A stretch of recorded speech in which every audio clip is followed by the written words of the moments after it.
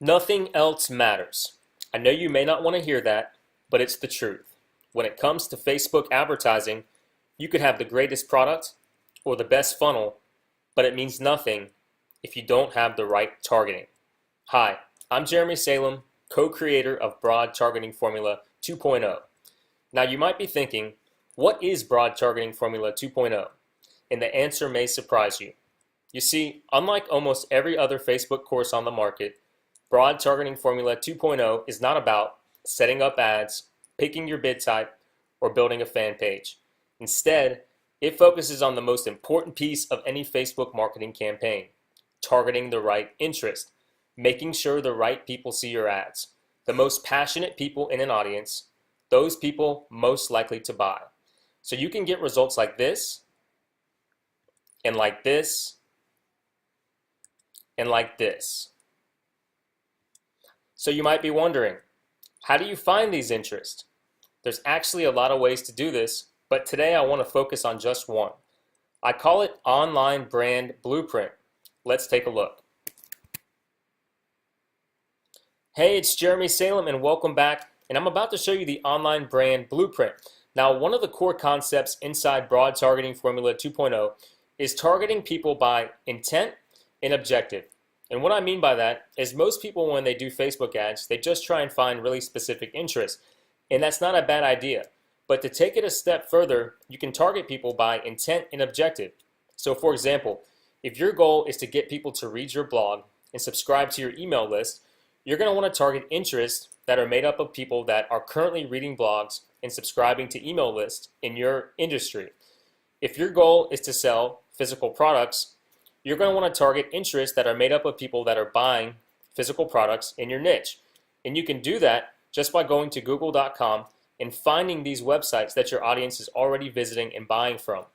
So for our first example, when we're going to look in the e-commerce world is, let's say you wanted to target people who are buying running gear online because you're selling a running product. The first thing you would do is you would go and type in buy running gear online. The type of search that maybe somebody would do or that would bring up websites that sell running gear. Now you want to look at both the organic and the paid results, but you want to avoid looking at anything that's mainstream. So for example, I would not want to look for a Zappos or for an Amazon. I want to look at websites that don't look familiar to me, that only people in this industry would probably know about and perhaps they shop on. So the top one up here is Roadrunner Sports, which bills itself as the world's largest running store. So if I go into the Ads Manager and I type in Roadrunner Sports, it doesn't come up as one word, but it does show up when I do it separately. All right.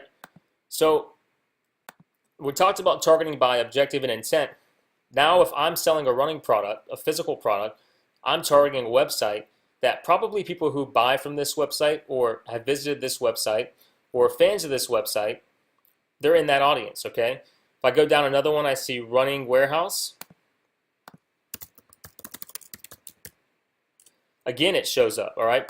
Now, what I look for here is my audience size is real nice and tight. It's not too big, it's not too small, which means these are pretty good targeted interests, okay? So just in a short period of time, I found two websites I can target and put my running product in front of, if I'm selling a running product, in front of people who are who already know these online brands that sell running products.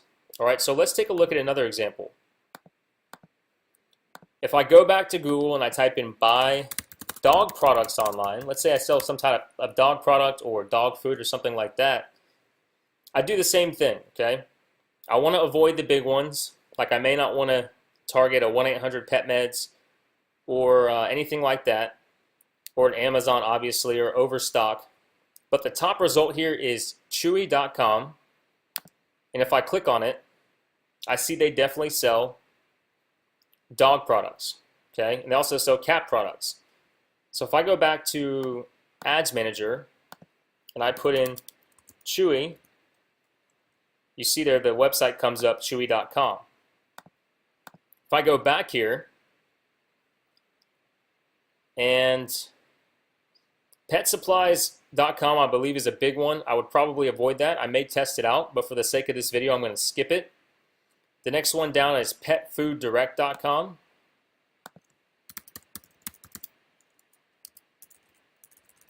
Pet Food Direct. All right. So that one also shows up. I want to skip Amazon. I want to skip Overstock. Next one down is Pet Supplies, Doctors Foster and Smith. All right, which also shows up. A nice audience right here. Go down one more and I have wag.com, buy dog food and treats. All right, so just like that, I have an audience of 690,000 people, very targeted, tight interests of online brands that sell products in the industry that I'm selling products in. So in this case, we're talking about dog products. So again, going back to targeting by intent and objective, I'm targeting buyers of dog products or people who like these brands that sell dog products, and I'm selling a dog product. Okay, so that's a big